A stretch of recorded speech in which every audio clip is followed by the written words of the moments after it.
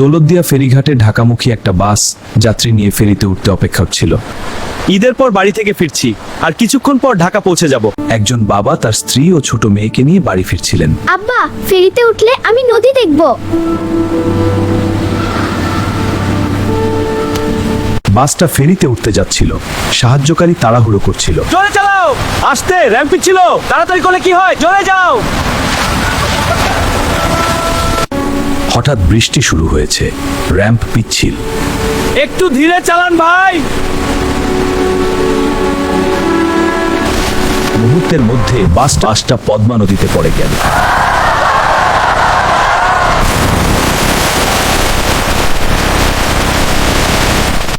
ছোট মেয়েটা ভয়ে কাঁদছিল।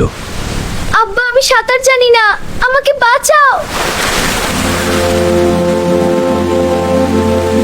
কেউ জানালা ভেঙে বের হওয়ার চেষ্টা করছিল।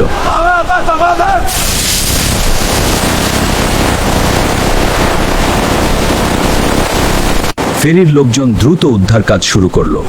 কয়েকজন সাঁতরে উঠতে পারল।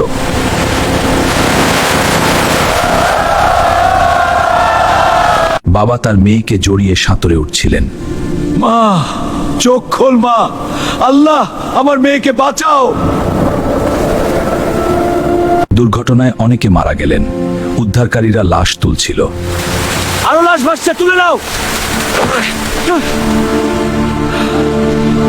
মা নদীর পাড়ে দাঁড়িয়ে কাঁদছিলেন। আমার স্বামী আর মেয়ে কোথায়? আল্লাহ, তাদেরকে ফিরিয়ে দাও। বাবা তার আহত মেয়েকে নিয়ে বেঁচে গেলেন।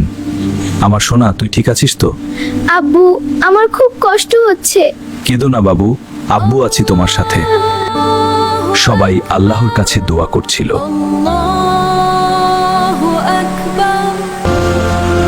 উদ্ধার কাজ চলতে থাকলো, কিন্তু অনেকের আর ফিরে আসা হলো না।